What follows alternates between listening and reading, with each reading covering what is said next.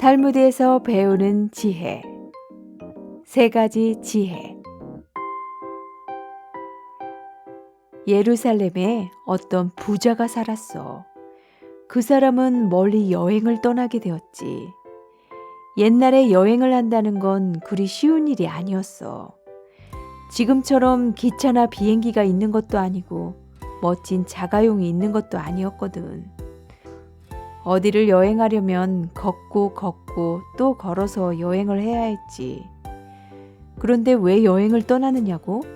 그건 나도 몰라. 어쨌든 중요한 건 이 사람이 긴 여행길에서 병이 나버렸다는 거지. 병이 들었으니 집으로 돌아갈 수도 없고 계속 여행을 할 수도 없어. 결국 꼼짝없이 여관에서 죽게 되었지. 그래서 그 사람은 여관 주인을 불러놓고 이렇게 말했어. 나는 이대로 그만 죽을 것 같습니다.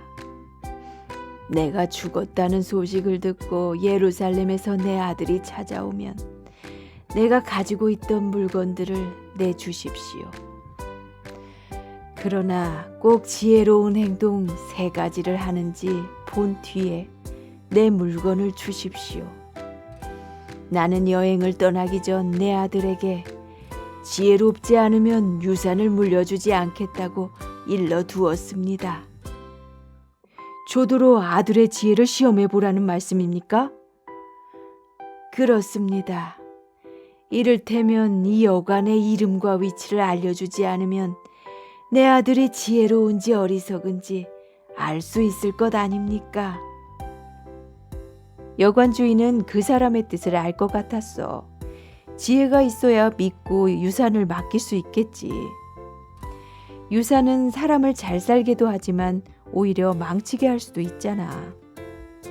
여관 주인이 꼭 그러겠다고 약속하자 그는 그만 하늘나라로 가버렸어.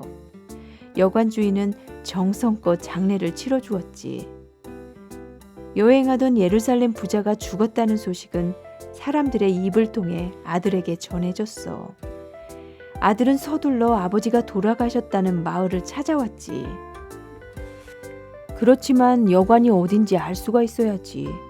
아버지가 그 여관을 아들에게 알려주지 말라고 유언했으니 여관 주인뿐 아니라 동네 사람들도 입을 꽉 다물고 있었거든. 여관을 찾는 것이 첫 번째 시험인데 그냥 쉽게 길을 가르쳐주면 되나.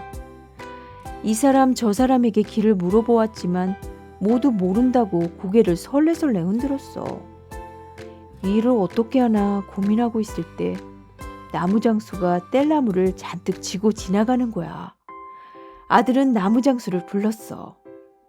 이보시오, 내가 이 나무를 몽땅 사겠소. 아이고, 감사합니다.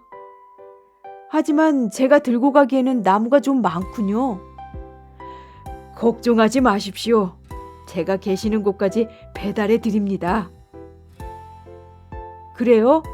그렇다면 예루살렘에서 온 나그네가 죽은 여관으로 가져다 주시오. 아, 그 여관이요? 제가 아주 잘합니다. 나무장수는 땔감을 모두 팔았다는 생각에 기분이 좋아서 앞장섰어. 아들은 나무장수를 뒤따라갔지. 두 사람은 금세 여관에 다다랐어. 나무장수가 여관 앞에 뗄나무를 와르르 쏟아놓자 여관 주인이 뛰어나왔어. 나는 뗄나무를 산 일이 없는데? 압니다. 이분이 사서 이리로 배달해달라고 한 겁니다.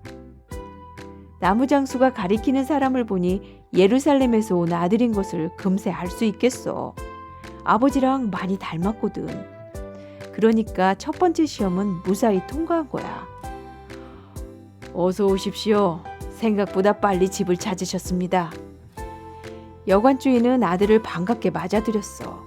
미리 준비한 2번째 시험이 있었거든. 집안에 들어오자 젊은이들이 나와 인사를 했어. 제 아들과 딸입니다. 이쪽은 제 아내. 여관 주인의 소개로 아들은 식구들과 인사를 했어. 아들 둘에 딸 둘, 아주 단란한 가족이었지. 금세 저녁상이 차려졌어. 맛있는 비둘기 요리가 나왔지. 하지만 이렇게 맛있어 보이는 식탁에는 비밀이 숨어 있었어. 바로 두 번째 시험이었거든. 이 요리는 손님께서 나눠주시지요. 아닙니다. 주인께서 나눠주세요. 하지만 여관 주인은 자꾸 손님더러 나누래. 그래서 아들은 사람들을 세워보았지. 주인 부부와 두 아들, 두 딸, 자기까지 모두 7명이야. 그런데 비둘기 요리는 하나, 둘, 셋, 넷, 다섯 마리뿐이야. 이걸 어떻게 나눈다지? 공평하게 나눠야 할 텐데. 아들은 비둘기 요리를 나누기 시작했어. 두 분이 사이좋게 나눠 드십시오. 가장 먼저 주인 부부에게 비둘기 한 마리를 주었지. 이것은 두 분이 사이좋게 나눠 드십시오. 두 아들에게도 한 마리를 주었어. 이것은 두 분의 몫입니다. 두 딸에게도 한 마리를 주었지. 결국 2마리가 남았잖아. 그러니까 그 2마리를 모두 자기 앞으로 끌어오며 말하는 거야. 이 2마리는 제 몫입니다. 뭐라고? 어떻게 지혜롭게 나누는지를 보려던 여관 주인은 기가 딱 막혔어. 남들은 둘이 한 마리를 먹으라고 하고 자기는 혼자 2마리를 먹겠다니 그런 욕심이 어디 있어? 하지만 화가 나는 표정을 애써 감추고 물었어. 어째 나누는 방식이 특이합니다. 별로 공평하지 않아 보이는데요. 그러자 아들은 이렇게 말했어. 주인 부부와 비둘기를 더하면 모두 셋이지요? 그렇죠. 아드님 2분과 비둘기를 더해도 모두 셋이지요? 또 따님 2분과 비둘기를 더해도 모두 셋입니다. 물론 그래요. 그리고 저와 비둘기를 더해도 모두 셋입니다. 여관집 사람들은 할 말이 없었어.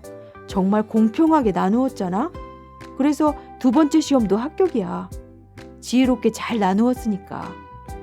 비둘기 요리를 먹고 나자 2번째 요리가 나왔어. 이번에는 닭 한 마리야. 사람은 7인데 어떻게 나누어야 공평할까? 이번에도 여관 주인은 손님더러 나누래. 이 머리는 2분이 드시죠. 아들은 닭의 머리를 떼어 주인 부부 앞에 놓았어. 2다리는 2 아드님이 드세요. 그리고 이 2달개는 2 따님이 드시죠. 그러더니 가장 큰 몸통을 자기 몫으로 놓는 거야.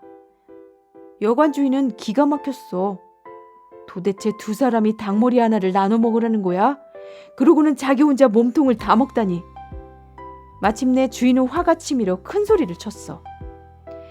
아니, 예루살렘에서는 계산을 이런 식으로 합니까?